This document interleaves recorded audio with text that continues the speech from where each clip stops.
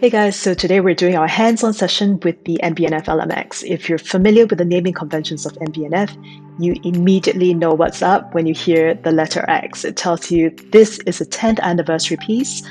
And as you guys know, the Legacy Machine collection was launched in October 2011 with Legacy Machine number 1. We previously did a little unboxing video, which you should definitely go check out. But since you guys want to hear more about the watch itself, here we go.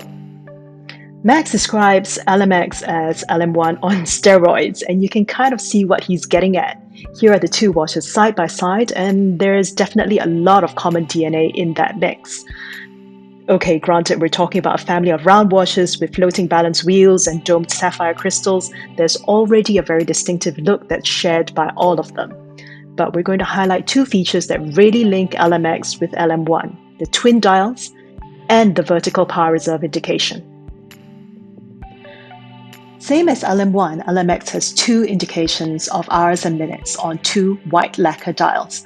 The left crown sets the time on the left dial, and the right crown sets the time on the right dial. The right crown also has the job of winding the watch though, and there's something pretty cool about it that we'll talk about later. As you can see, the dials are at an angle. They don't lie flat. This makes it a little easier to read the time without having to turn your wrist. You could be driving, you could be at your desk typing on your keyboard, but the dials are positioned at a really natural angle for you to read immediately.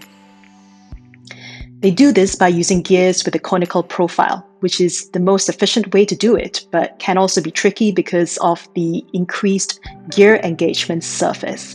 Now, I don't want to say it's easy because it's not, but MB&F have done this a bunch of times before, like in HM6 and HM9, LM Flying T and LM Thunderdome. So, it's kind of their thing.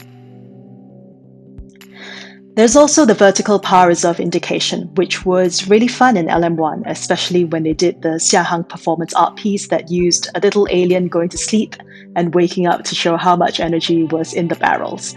LMX uses a hemispherical power reserve indication with two ways to reckon the 7-day power reserve.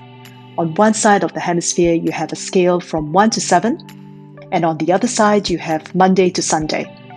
Obviously, if you use the weekday scale, you have to make sure you have a fully wound watch at the beginning of the week. The thing is, it calls attention to this really long power reserve, and you can see that MB&F are trying to make their watches fit better with people's actual lives, whether it's a longer autonomy or, in the example of LM Perpetual Evo, a more robust construction. Continuing to wind the watch even after the power reserve is completely filled will allow you to set the orientation of the power reserve indication. If you want the weekday scale to be more visible, for example, or the number of days to be more visible, this is how you can adjust that. This is the 6th movement that has been fully developed in-house by MB&F, and something you might not have known before is that LM1 was the watch that actually helped MB&F to realize they needed to start integrating some manufacturing capabilities within the company. And as a result, their first in-house movement was seen in 2014. It was LM101. The LMX engine is distinctly different from all the others though. It has this symmetry based on thirds, whereas the others had either a more straightforward reflection symmetry or no symmetry at all.